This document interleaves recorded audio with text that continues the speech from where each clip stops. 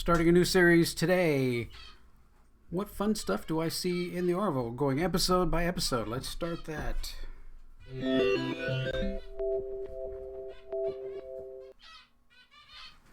Okay, so we all know and everybody loves the Orville. The Orville is just one of the... It's the great show that I can't miss, that just has gotten better and better from episode 1 all the way to episode 14, season 2. And we know we have season 3. We've got comic books. We've got other things coming out. But I think I've watched these episodes probably 20, 25 times, something like that. So they're just things that stick out to me in each episode. So I want to kind of go through each, now that it's been time and we've had to, we've had all this under our belt for a while and we're screaming for more, even though I think we're going to have to wait till January before we get any new episodes. Which, can we scream for a special episode, somewhere in, October? Just give us one episode, finish one, and then give us in October just to, keep us hungry. Okay, so I went through episode 1, and I just kind of looked through, and I saw in the opening of the episode, there's all these buildings and everything that's there, and I see, I don't know what they call it, the World Trade Center, the Trade Tower, is here, right? I see it right here, and it's also still there, right inside there, so you can see it there. And then there's this little building down here, which is also still there. It's that building right there. So they've kept some of the architecture and just added kind of to it and stuff, which I thought was pretty cool, cool, thing, kind of helping set, put the setting. Okay, we're in New York. We're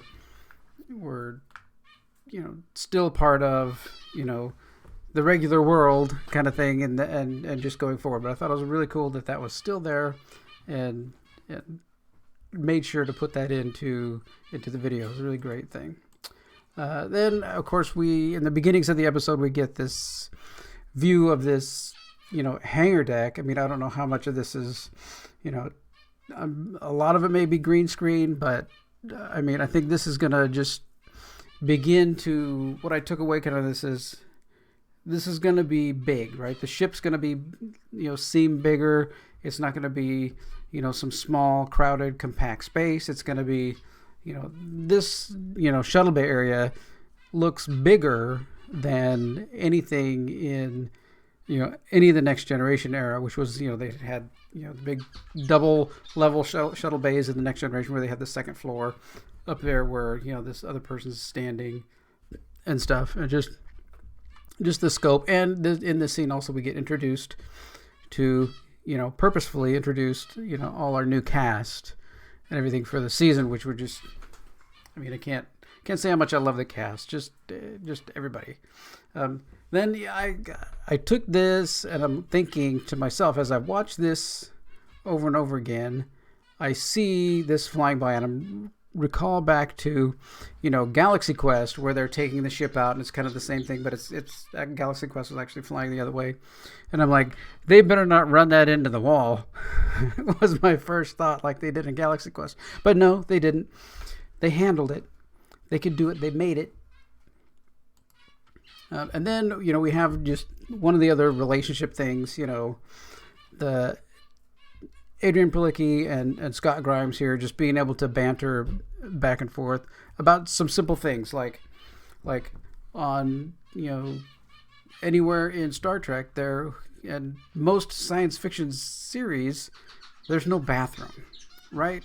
So here they call that out straight away, because Gordon's got to, go take a leak, and he gets stopped by Kelley, and they're just in there bantering back and forth, and just, they really had some good chemistry here. They really were able to just, it seemed like, none of the conversations really seem, stressed, or, I mean, some shows are just like, especially new, like sitcoms, some of the first couple of episodes of sitcoms are just like, oh my gosh, grinding, but this is pretty good, and it's also kind of interesting because they seem to get along so well in shooting this scene that now Adrienne Palicki and Scott Grimes are married. They got married recently, so that's, keeping it all in the family. It's nice that, the Orville is so close and everything that the cast members are getting married, right? I mean, that's pretty cool. And here I just couldn't resist the call to show, Captain Mercer here manspreading, which I just thought was just hilarious. One of the hilarious spots that caught me as I was rewatching this for like the 15th or 16th time. It's like, oh my gosh, he's manspreading right there. I can't stop looking at it. No, don't. Hide your eyes. Stop. Just a lot of fun. Right. And then the fact that we don't have transporters, right? I remember Gene Roddenberry way back when, hearing him talk about how to get the people off of the ship down to the planet. And they didn't want to deal with, shuttles and launching, and that's a lot of extra special effects and things like that. And that in order to reduce cost and, have the ability to get people from the ship down to the planet, we're just going to make up something. It's called a transporter. We just magically move you from here to there, and we have just a little sparkle effect, and then put you in there, and boom, you're done. So that was the solution to the problem back then, was a cost and special effect shots and stuff that they didn't want to have to do, and they opted for maybe something simpler, which is, just to be able to put that sparkle effect over. And I guess that was cheaper, and I guess it didn't take up as much time to do, and they could work on story instead of, moving people around. Well, now here in the Orville, everything's shuttlecraft, and we get such great interaction. And when you put two people into a shuttlecraft, a lot of the different scenes, as we've watched them over the last two seasons, a lot of the scenes are in a shuttlecraft, and just great, banter and, conversations and jokes and uncomfortableness and whatever else between the two people, 2 or 3 or 4, whatever people that are in that shuttlecraft. Take two people that, don't have the same opinions or don't get along, and you put them into, the same room and force them to be together, and, you can get comedy out of it, right? So, but I just really like that they're using shuttlecraft. It really adds, I think, to, the real concept of the show, that it's, not some magic anywhere, that this could be possible in the future. We also get in this episode the first look at our semi-Klingon-ish, Jem'Hadar-ish, a little more Jem'Hadar kind of thing than Klingon, but one of the aliens that we're going to be dealing with, and just a good introduction, just, how they have different, problems being in sunlight and different things like that. Just really like that quick introduction to them. I mean, you've got so much to do in the first episode, right? You got to get us used to the ship, get us used to the crew, get us used to, how things are going to work inside the whole thing, and a little bit of an introduction to, your aliens that you're going to be having.